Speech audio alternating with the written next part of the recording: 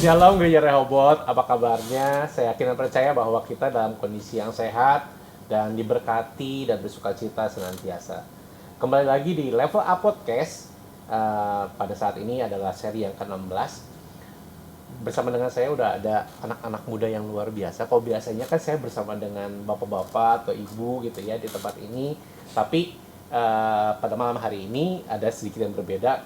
Saya mengundang para leaders dari youth untuk ngobrol bareng bersama-sama dengan kita di podcast pada malam hari ini. Tapi sebelum mulai, kita akan berdoa terlebih dahulu. Mari kita berdoa. Kami mengucap syukur Tuhan buat berkat-Mu yang kami rasakan, penyertaan-Mu yang kami rasakan sepanjang minggu ini Tuhan. Kalau sementara kami akan belajar mengenal sesuatu yang akan dibahas Tuhan di podcast ini, kami berdoa Tuhan supaya kami semua diberikan telinga yang mau mendengar dan hati yang mau menerima, sehingga sungguh Tuhan apa yang kami bahas bisa menjadi bekal bagi kami semua, bisa menjadi berkat bagi kami semua. Di dalam nama Tuhan Yesus kami berdoa dan mengucap syukur. Haleluya, amin. Judul podcast pada malam hari ini adalah Anak Muda Zaman Sekarang. Anak muda zaman sekarang. Bapak Ibu mungkin pernah mengucapkan ini ya, dasar anak muda zaman sekarang gitu ya. Kalau Bapak Ibu melihat sebuah perbuatan atau kelakuan dari anak Bapak Ibu sekarang yang mungkin nggak klik sama Bapak Ibu gitu ya. Bapak Ibu anggapnya itu aneh gitu ya. Perbuatannya aneh.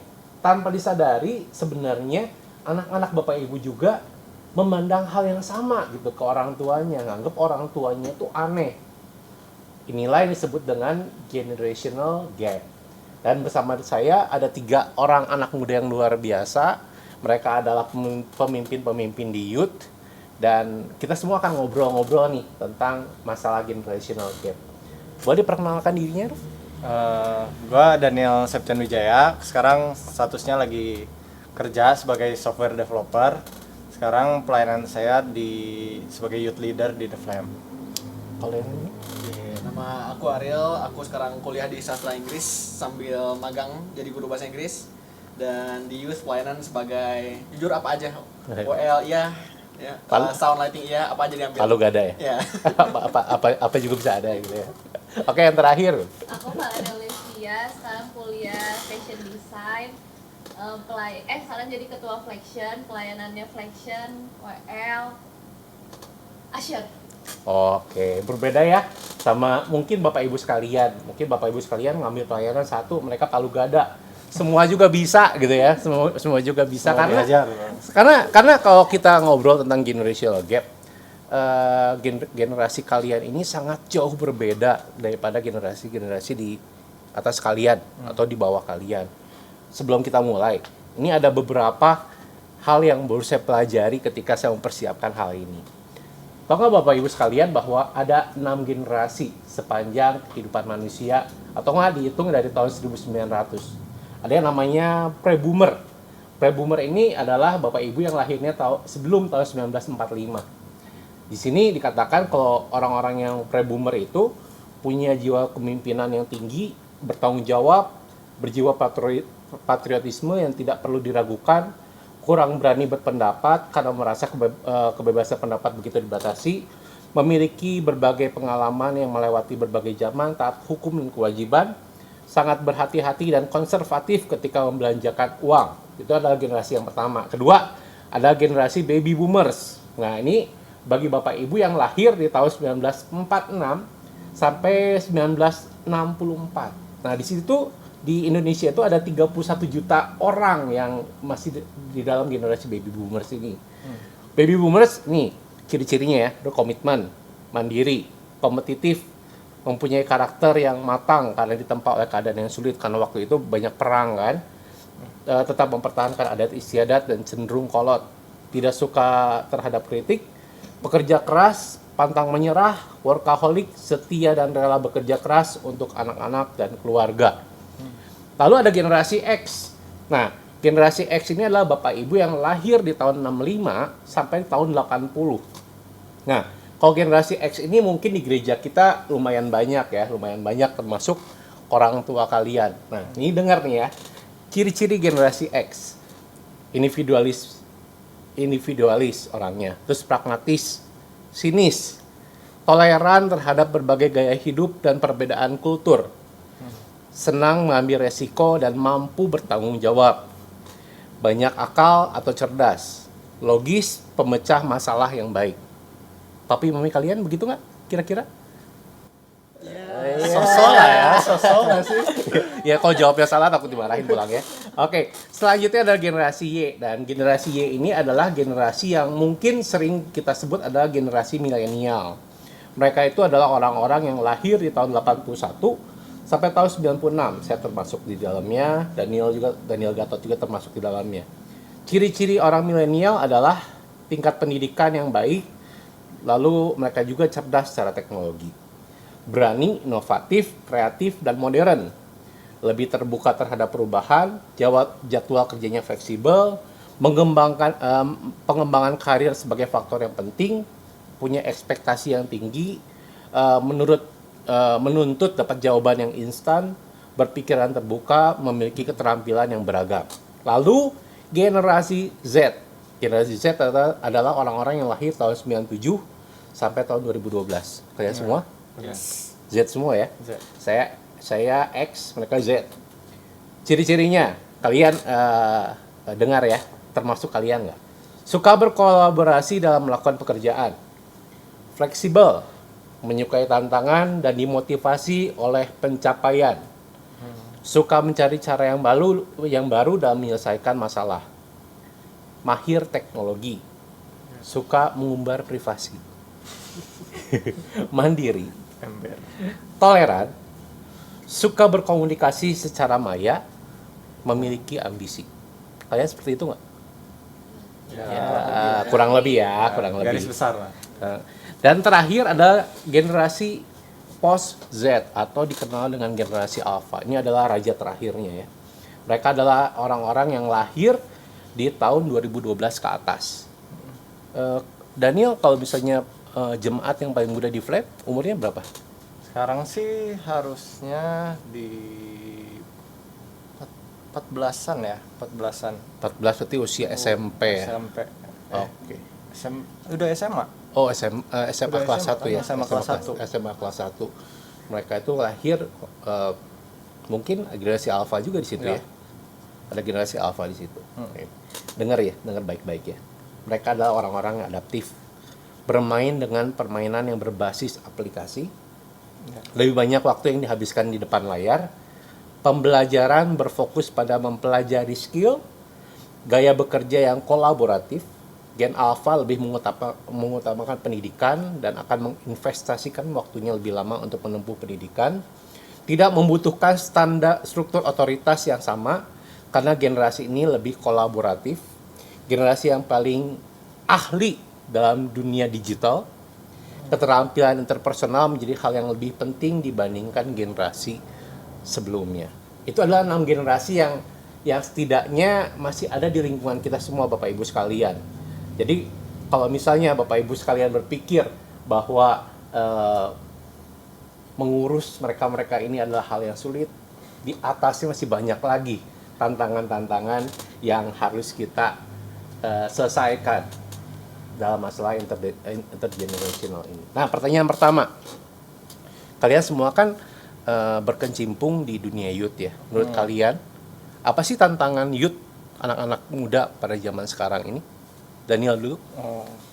Kalau dari gua sih yang paling susah mungkin dari segi komunikasi ya.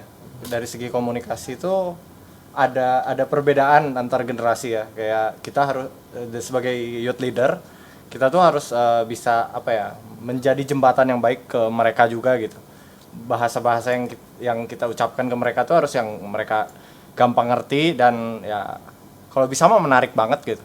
Karena mungkin kalau dibawa serius mungkin terlalu serius juga mereka kayak apaan sih gitu. Kayak kita harus lebih atraktif lagi buat berkomunikasi sama mereka sih. Kalau dari gue dari segi komunikasi. Oh, berarti mereka lebih cenderung cari orang yang lebih asik untuk Lebih diajak asik, berteman ya. Oh, berarti orang-orang di atas generasi kalian kayak generasi saya udah sedikit gak nyambung kayaknya ya, karena bawaan kita kan di atas generasi milenial lebih ke orang-orang yang lebih serius Lebih gitu serius. ya. Oke, menurut kamu Ariel tantangannya apa? Kurang lebih mungkin ada nyenggol dikit sama yang tadi Kodani bilang ya. Kalau dari aku sendiri sih mungkin sense of belonging-nya kok. Dan ini yang salah satu yang hilang selama pandemi ini. Anak-anak muda sekarang tuh sense of belonging-nya kuat banget. Kalau mereka nggak ngerasa mereka belong di satu tempat, mereka nggak bakal mau open sama sekali. Ya. Itu dia. Jadi komunikasi kita juga susah. Kalau mereka udah nyaman sama satu circle mereka, kita harus bisa nembus ke circle itu susah banget sih. Jadi ya tantangannya kita harus bisa adaptasi sama mereka. Mereka sukanya apa kita ikutin. Mereka lagi ikutin apa kita ikutin juga kayak gitu. Mungkin itu salah satu tantangan terbesar sih. Kamu punya pengalaman bagaimana kamu bisa menembus ke sebuah circle pertemanan anak-anak zaman sekarang, Ril? Ada anak-anak tuh suka mabar. Oke. Dan saya tuh orangnya suka tidur. Anak-anak tuh suka main sampai tengah malam. Iya. Saya rela-relain deh, ayo kita mabar gitu. Kita ya, asal kita building si koneksinya itu loh. Kita bangun aja Ya, gitu. Jadi bangun banyak hubungannya banyak gitu. yang dikorbanin lah. Yang penting bisa komunikasi sama mereka gitu. Berarti nggak sesederhana tiap hari Minggu setelah kebaktian kalian meluangkan waktu aja ya, nggak seperti itu aja ya. Nggak cukup di hari Minggu deh. Nggak cukup ya. Dulu zaman saya masih youth, itu adalah setiap beres kebaktian adalah waktu yang terbaik untuk membina relationship. Berarti kan sekarang kalian harus spend more time untuk mereka, untuk bagaimana build a relationship sama mereka, betul? Yes. Seperti itu. Oke, dari Feli, tantangan terbesar anak-anak sekarang apa? Sama sih di segi komunikasinya juga, karena kan kalau aku ngerasainnya di Komsel dulu deh ya, di Komsel, di ranah Komsel tuh nggak semua orang saat Komsel aja langsung mau cerita gitu. Jadi harus di chat personal gitu, kayak kalian gimana kabarnya. Kalau misalnya mereka udah di chat personal baru mereka mau cerita gitu. Jadi sekarang udah lebih, ya harus lebih kita relain waktu lah benar. Kita lebih relain waktu buat mereka, keep in touch-nya di chat, jadi nggak cukup buat hari Minggu doang. Nah, kalian kan bekerja sama kuliah nih, bekerja sama kuliah. Kira-kira strategi apa yang kalian lakukan untuk mengatur prioritas waktu kalian? Karena kalian kan sebagai leader youth juga kan, sebagai leader youth tentu tanggung jawabnya bukan hanya memanage kebaktian tiap minggu ya, tetapi reaching orang-orang atau anak-anak yang kalian jagain dalam komsel atau di dalam kebaktian. Bagaimana kamu manage waktunya, Daniel? Kalau gue sih lebih ke mungkin ya, karena gue Senin sampai Jumatnya kerja, Sabtu Minggunya libur, gue baru bisa istilahnya mah ngasih waktu gue yang terbaik itu buat komunikasi sama mereka tuh di Sabtu dan Minggu. Di Sabtu mungkin kayak istilahnya waktu latihan ada yang ikutan melayani, diajak ngobrol lah, istilahnya kehidupannya dia lagi kayak gimana, lagi ada masalah apa di situ. Gue in touch-nya di situ, in charge-nya di situ. Sama hari Minggu kayak sehabis ibadah di Flame juga kadang sering masih ada jemaat-jemaat yang main gitu, main bareng gitu. Jadi gue ikutan main juga. Sambil di situ luar biasanya adalah mereka bisa cerita sambil main gitu. Luar biasanya di situ sih menurut gue. Oke, jadi mabar sambil cerita. Iya, bisa Gitu. gitu. Oke. Kalau Ariel, kamu bagi waktunya gimana? Jujur ini sampai sekarang pun masih kadang-kadang keteteran kok. Iya. Karena ya bagi tiga dunia itu susah ya, Iya. gawe, kuliah sama gereja ini susah banget. Tapi ya mungkin kayak Ko Daniel juga kurang lebih sama. Aku tuh nyediain waktu di Sabtu Minggu. Aku seminimal mungkin ngerjain hal-hal di luar yang gereja. Jadi kerjaan kuliah, PR atau gawean kantor itu aku usahain selesain di weekdays gitu. Walaupun Oke. pasti masih ada di hari weekend, pasti masih gawe juga. Tapi seminim mungkin supaya di Sabtu Minggu ini aku bisa maksimalin buat mereka. Mau nongkrong hayu, mau komsel hayu, ya kita di Sabtu Minggu ini aku maksimalin di situ gitu. Oke. Kalau Feli? Sama sih masih struggle buat bagi waktunya, tapi kalau aku biasanya chat sih. Jadi Chat. kalau chat hari-hari biasa masih oke, tapi biasanya sore ke malam kan jadi udah nggak kuliah.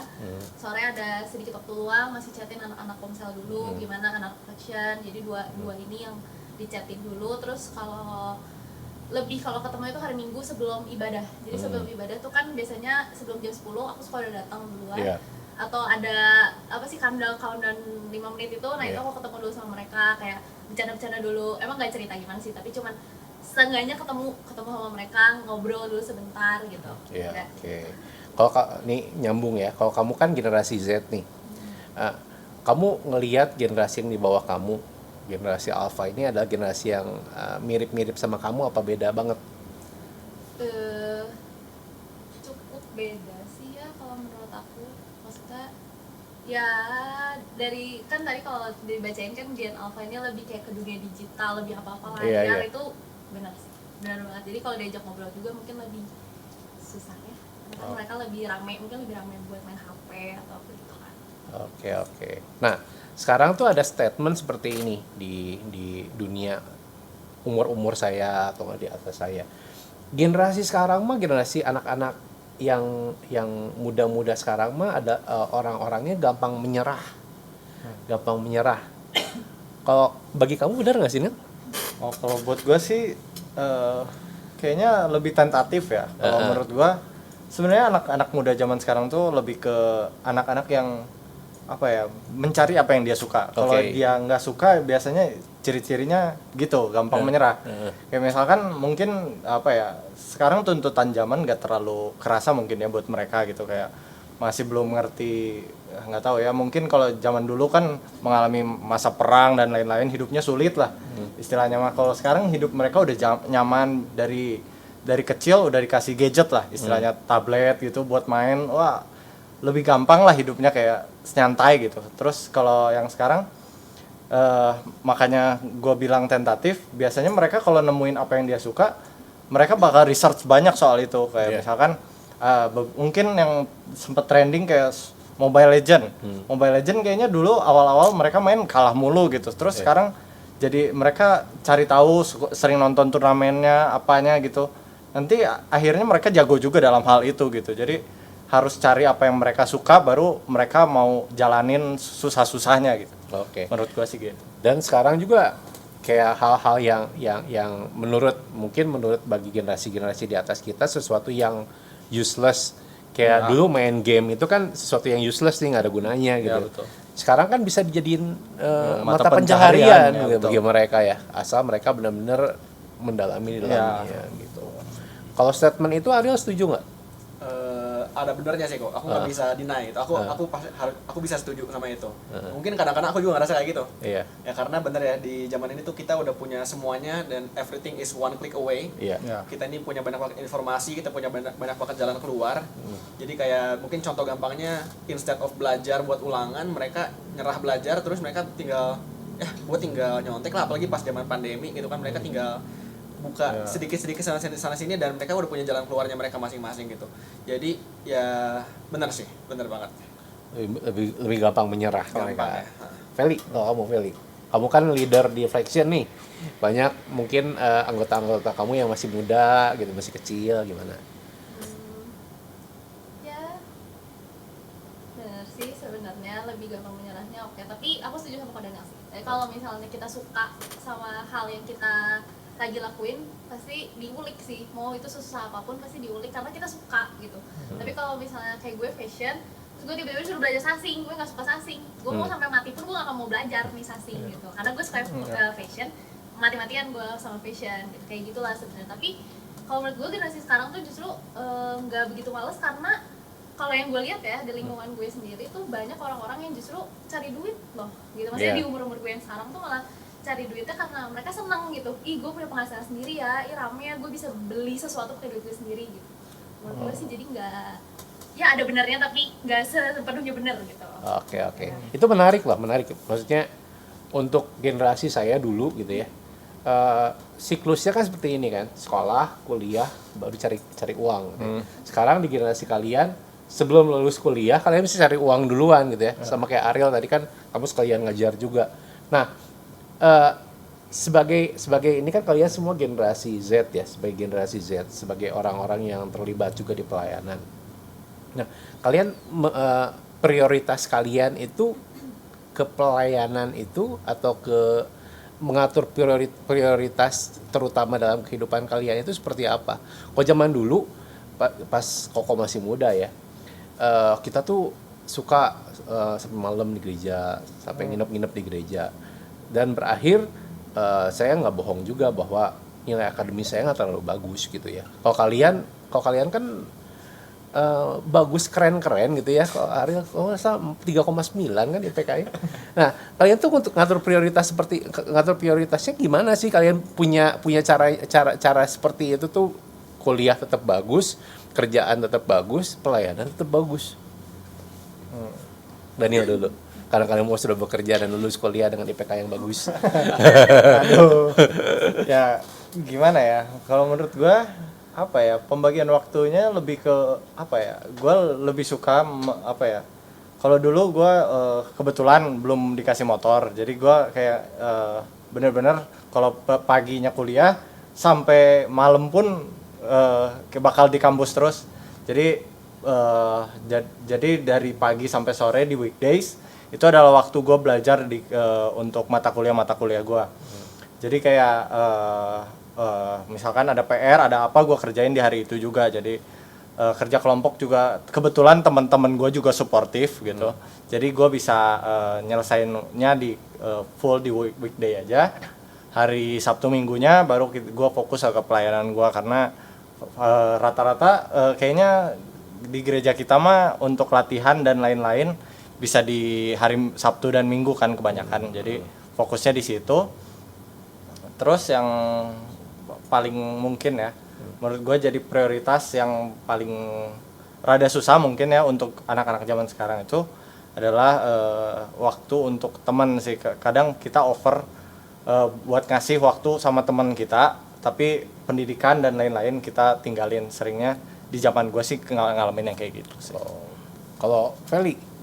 Setuju sih, sama teman benar banget. Kadang-kadang kalau teman-teman gue lagi ngumpul ngomongnya gini, ayo pergi dulu, ayo, ya ayo. Terus tugas lu gimana? Gak apa-apa, nanti gue subuh aja. Gue mending gue tidur subuh daripada gue gak ikut main. Jadi kan prioritasnya gambling gitu ya. Tapi kalau buat pelayanan benar sih. Kalau pelayanan karena masih tentatif ya, sekarang waktunya cuma Sabtu. Biasanya latihannya Jumat malam, kalau nggak Sabtu.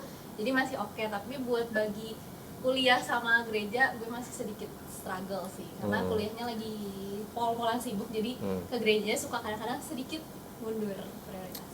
Oke. Nah, ini Feli, kalau dilihat dari pendidikan gitu ya, kan papa mama kamu tuh kan umurnya nggak terlalu jauh beda sama aku ya, paling bedanya 10 tahunan gitu. Nah, aku melihat mereka tuh adalah orang-orang yang mementingkan pendidikan. Bagi mereka, generasi mereka pendidikan itu sangat penting. Sementara tadi kamu ceritain anak-anak sekarang lebih enjoy nih ketika mereka kuliah, mereka mengerjakan sesuatu yang mereka suka, mereka dapat uang dari situ dan mereka bisa beli sesuatu dari uang yang mereka hasilkan sendiri. Nah, sebenarnya bagi kamu nih, pola pikir yang benar itu yang seperti apa sih? Apakah sekarang karena udah kemajuan zaman, berarti pola pikir anak-anak sekarang udah oke nih, kita nggak usah ngerepotin orang tua kita lagi, atau pola pikir yang papa mama kamu ketika mementingkan pendidikan dulu, beresin dulu kuliahnya, baru cari kerja, itu yang penting. Menurut kamu seperti apa? Jadi kan ada dua pola pikir yang berbeda nih. Mana yang oke? Sebenarnya puji Tuhan ya, papa mama tuh rada open minded ya orang-orangnya. Jadi sebenarnya selama akunya bertanggung jawab, maksudnya aku juga kerja gitu, tapi kan selama akunya bertanggung jawab dalam pendidikan aku, bisa selesai dengan baik, nggak harus IPK 4 lah gitu. Yang penting lulus dengan baik, nggak ada yang ketinggalan, nggak ada yang tinggal kelas gitu-gitu. Sebenarnya mereka mendukung aja sih gitu. Jadi sebenarnya punya runtutan, kan mereka punya runtutannya biasanya kalau orang zaman dulu kan pendidikan baru kerja gitu kan. Sebenarnya sih itu bukan salah, cuman sekarang udah beda zaman aja gitu. Kita bisa loh ngasilin duit pas lagi kuliah juga gitu. Ya tapi yang penting anaknya tetap tanggung jawab gitu. Yang penting itunya aja sih, tanggung jawabnya di anaknya gitu. Jadi kita juga sadar diri ya, maksudnya kita jangan jadi pekerjaan tuh utama gitu. Karena kan maksudnya kita umurnya masih kuliah gitu. Kalau menurut gue ya tetap kerjaan tuh kedua lah gitu. Jadi pendidikan tetap pertama ya gitu. Oke. Ariel, kamu juga kan sambil kerja kan, kuliah sambil kerja. Nah gimana tuh kamu bisa mempertanggungjawabkannya itu dengan mungkin orang tua kamu yang punya pola pikir yang berbeda gitu? Ya puji Tuhannya sih orang tua aku juga mirip. Jadi selama aku bertanggung jawab sama pendidikan aku kan udah dibayarin nih, masa lu nggak nyelesain dengan baik gitu. Jadi aku juga punya responsibility buat aku harus selesai dengan baik. Dan aku pun gawe sambil mikir dulu apakah ini bakal mengganggu pendidikan aku. Jadi aku harus belajar untuk tahu batasnya lah. Itu gawe aku tuh aku bisa megang segimana sih yang masih masuk akal gitu. Jadi itu nggak mengganggu sama sekali. Ya prinsipnya aku harus bisa nyelesain apa yang aku mulai aja gitu. Oke. Kalau Daniel, dulu kamu melakukan sesuatu ketika kuliah? Kalau gua sih waktu kuliah jadi asdos ya. Iya. Asdosnya lumayan sih gajinya buat jajan mah gitu. Bagi waktunya ya kebetulan itu asdos kan weekdays juga di sela-sela, pasti jamnya di sela-sela antara gua nunggu jam kuliah gua gitu. Iya. Jadi ya gampang-gampang aja kebetulan gua mah gitu. Oke. Tapi ada satu benang merah yang tadi aku ambil dari Feli, Daniel sama Ariel.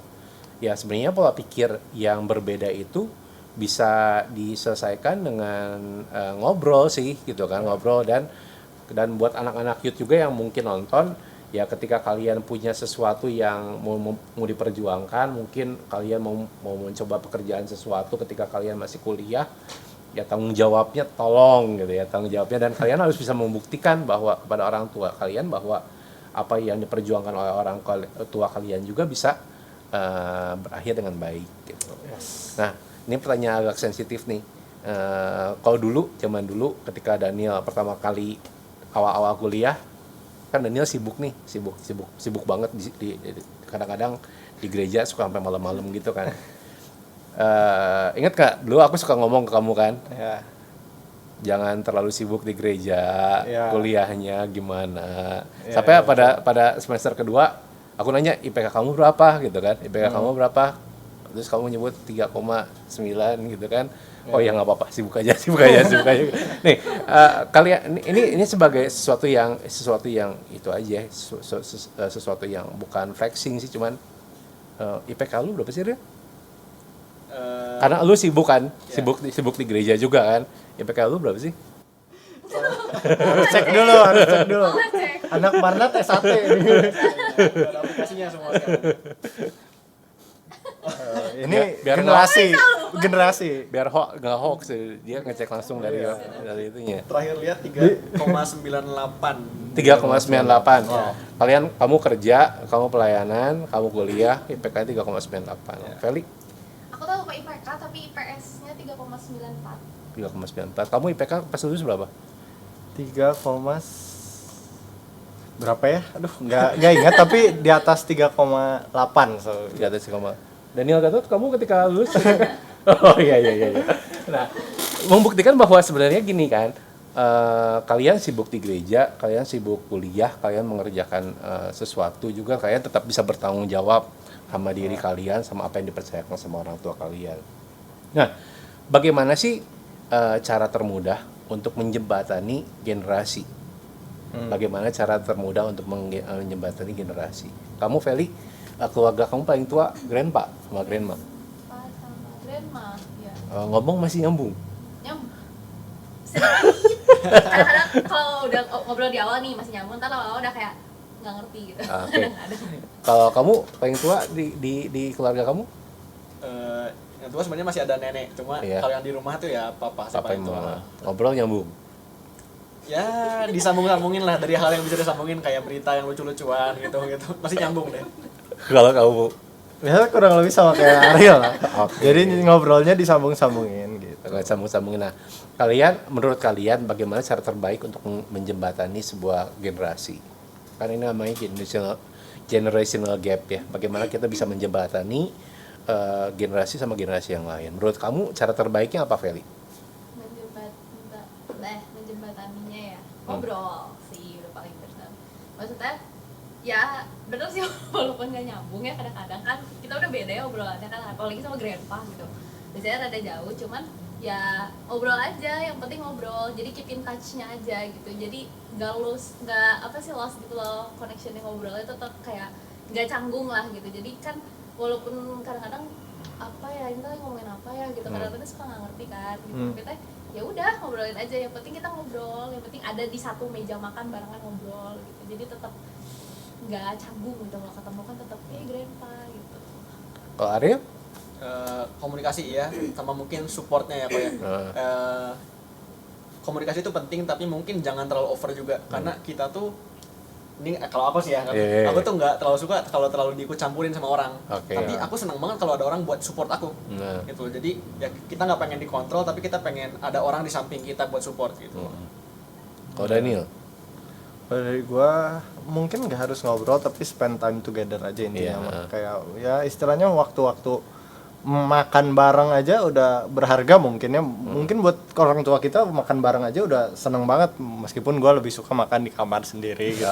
Tapi buat orang tua gue ya lebih nggak tahu, selalu bilangnya makan bareng tuh lebih enak gitu. Gitu nggak tahu kenapa, tapi ya itu salah satu cara kita untuk mengurangi lah itu ya, menjembatani generation gap itu. Oke, jadi buat Bapak Ibu sekalian di rumah yang masih mikir nih, kenapa anak saya kelakuannya aneh? Sekarang pertanyaannya adalah, Bapak Ibu sekalian udah ngajak ngobrol belum sama anak-anaknya? Udah berusaha untuk keep in touch belum sama anak-anaknya? Udah support anak-anaknya belum? Udah menjalin komunikasi yang baik belum sama anak-anaknya? Dan buat anak-anak youth yang ngomong, ya yang nonton, kalian udah ngobrol belum sama orang tua kalian? Kalian udah makan bareng belum sama orang tua kalian? Kalian udah istilahnya apa, kalau tadi Ariel minta support, berarti kalian udah cerita belum apa yang menjadi struggle kalian di dalam kehidupan kalian? Itu merupakan sesuatu yang penting, karena kalau kalian tidak melakukan itu, Bapak Ibu tidak melakukan itu, sampai kapanpun juga kayaknya lintas generasi atau generational gap adalah hal yang nggak asik buat kita semua gitu kan. Oke, terakhir closing statement ya dari masing-masing dari kalian. Ada pesan nggak buat jemaat gereja Rehoboth yang mungkin punya anak seumuran kalian, punya anak yang lebih kecil dari kalian, buat mereka biar lebih nyambung lagi? Kalian dulu. Kalau dari aku, kita kalau generasi aku dulu aja lah ya. Generasi aku tuh, kalau menurut aku pribadi lebih senang diajak ngobrol daripada dimarahin lah kasarnya gitu. Maksudnya kalau kita bikin salah, jangan dimarahin. Jadi kalau kita tuh lebih senang diajak ngobrol. Kayak dulu aku pernah sekali itu pulang malam banget, terus mama gak marah. Mama cuma ngomong gini kayak, kamu tuh udah malam loh gitu. Maksudnya mikir gak sih nanti dibegal gitu misalnya gitu. Itu kan aku gak dimarahin, tapi aku jadi bisa mikir kayak, oh iya ya, udah malam tuh bisa dibegal ya gitu. Maksudnya mereka tuh sayang sama kita, tapi kadang-kadang caranya orang tua tuh marah gitu. Nah itu menurut aku sih nggak akan ngefek ke kitanya, karena kita tuh sekarang udah rebel gitu, anak-anaknya kayak udah ngerasa kita tuh menang sendiri gitu. Jadi kayak kalau dikasih tahu malah kita makin nggak mau gitu. Jadi begitu dikasih tahu, malah kalau misalnya si mama marah kayak, kamu tuh ya udah malam pulang gini-gini, aku malah makin ya udah bodo amat, malah pengen makin malam gitu rasanya kan, jadi yang pengen melawan gitu. Tapi begitu mau ngasih taunya kayak, kamu mikir, kamu ada ini nanti kamu dibegal gini-gini, justru aku malah makin kayak, oh iya mama sayangnya sama aku gitu. Terus gitu ya ngobrol sih, itu udah paling bener sih. Terus tapi mungkin kan ada orang tua atau anak yang canggung ya, biasanya kan suka canggung sama orang tuanya. Kalau menurut aku sih setidaknya sedikit aja minimal, gak usah over, benar kayak tadi, gak usah terlalu over komunikasinya, tapi at least cuma nanya misalnya, hari ini kamu gimana kuliahnya, hari ini kamu gimana sekolahnya gitu. Cuman sedikit gitu aja dulu, mungkin nanti lama-lama dia nyaman, terus nanti lama-lama kita bakal cerita dengan sendirinya tanpa perlu ditanya, kadang-kadang gitu sih kalau menurut aku. Oke, kalau dari Ariel? Pesan buat orang tua ya? Iya, sama anak-anak juga. Ya, sama. Jangan di highlight orang tua sendiri. Jangan di highlight orang tua sendiri. Mungkin buat ya orang tua, kasih kita ruang, kasih kita ruang buat salah, kasih kita ruang buat explore. Jadi instead of kita tuh bukan dikurung, tapi kita dikasih lapangan bola. Kita ada batasannya, tapi kita punya ruang buat explore gitu. Kita punya ruang buat bersinar, tapi tetap dibimbing. Kan lapangan bola tuh ada batasnya ya, tetap gitu, walaupun ada batasnya kita masih bisa have fun, kita masih bisa jadi diri kita sendiri. Ya jadi kasih ruang, kasih waktu lah gitu. Mungkin itu. Oke, kalau Daniel? Dari gue benar banget, yang paling penting itu ruang buat kesalahan ya. Itu luar biasa menurut gue. Karena apa ya, cerita pengalaman dikit ya. Cerita pengalaman dikit, dulu gue waktu SMA, nggak tahu ya bisa dibilang bandel atau enggak, gue bisa pulang kayak jam 2 subuh nyampe rumah. Kayak kalau si Mami tuh tipenya yang mungkin yang Feli bilang nggak terlalu benar lah ya, istilahnya kayak udah nggak ngefek ya, dia marah ke gue kayak, apa sih ya, ini gue datang selamat gitu, buat gue pemikiran gue gitu, gue datang selamat udah gak apa-apa. Terus kalau cara si papi beda. Si papi gue udah diomelin si Mami, si papi datang ke kamar, nyamperin, kok kenapa pulangnya malam banget, oh abis ngapain, habis main sama teman. Oh ya nggak apa-apa, lain kali jangan semalam ini. Dan Koko pikirin juga perasaan si mami teh khawatir sama Koko. Nah yang kayak gitu buat gua lebih apa ya, oh iya si mami teh masih khawatir sama gua. Jadi gua harus jaga perasaannya si mami. Jadi ya menurut gua ruang ngobrol itu lebih berdampak ya dibanding yang kamu tuh bla bla bla bla bla. Wah itu mah pengen keluar dari rumah rasanya kalau kayak gitu mah buat gua mah. Gitu. Oke. Thank you ya buat waktunya kalian bertiga di tengah kuliah kalian, di tengah pekerjaan kalian punya menyempatkan waktu untuk ngobrol bareng di tempat ini. Nah, Bapak Ibu sekalian, yang namanya generational gap itu akan selalu ada.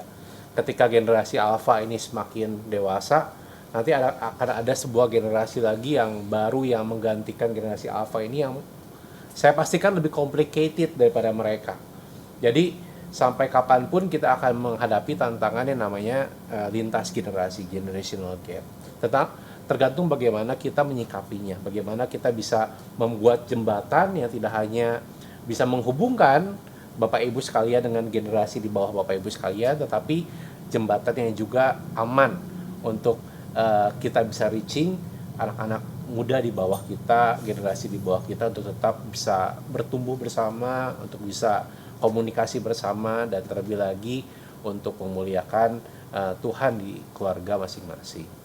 Oke, selamat malam. Segini aja podcast kita pada malam hari ini. Kita akan berdoa terlebih dahulu. Kami mengucap syukur Tuhan untuk obrolan kami, untuk setiap pertanyaan, untuk setiap obrolan yang kami lakukan pada malam hari ini. Kami yakin dan percaya Tuhan ketika kami mendengarnya, kami bisa mengintrospeksi diri kami Tuhan, bisa mengintrospeksi apa yang mungkin bisa kami perbaiki dalam kehidupan kami sehari-hari Tuhan, kepada anak-anak kami mungkin, pada cucu kami, pada anak generasi yang di bawah kami. Dan kami mau Tuhan, kami punya satu keluarga yang kuat, tidak hanya keluarga di dalam Tuhan yang kuat, tapi keluarga kami juga di rumah kuat. Kami bisa melihat anak-anak kami bertumbuh bersama. Kami bisa lihat mungkin cucu-cucu kami juga bertumbuh bersama dan menjadi orang-orang yang luar biasa Tuhan. Tidak hanya sebagai orang-orang yang luar biasa dalam pekerjaan dan kuliah, dan mereka juga bisa luar biasa dalam Engkau. Kami mengucap syukur Tuhan buat Feli, buat Ariel, buat Daniel. Kami berdoa Tuhan untuk apapun yang mereka lakukan Tuhan, kuliah mereka, pekerjaan mereka Tuhan, pelayanan mereka Tuhan. Kami yakin dan percaya Tuhan bahwa generasi mereka adalah generasi yang luar biasa, generasi bintang. Dan kami juga Tuhan, jemaat di Gereja Rehoboth bisa melihat mereka bukan sebagai orang-orang yang aneh Tuhan, generasi yang aneh, tapi mereka adalah anak-anak kami, adik-adik kami, yang mungkin Tuhan dari mereka kami juga bisa mendapatkan sesuatu yang baru, yang mencerahkan kehidupan kami. Di dalam nama Tuhan Yesus kami berdoa dan mengucap syukur. Haleluya. Amin.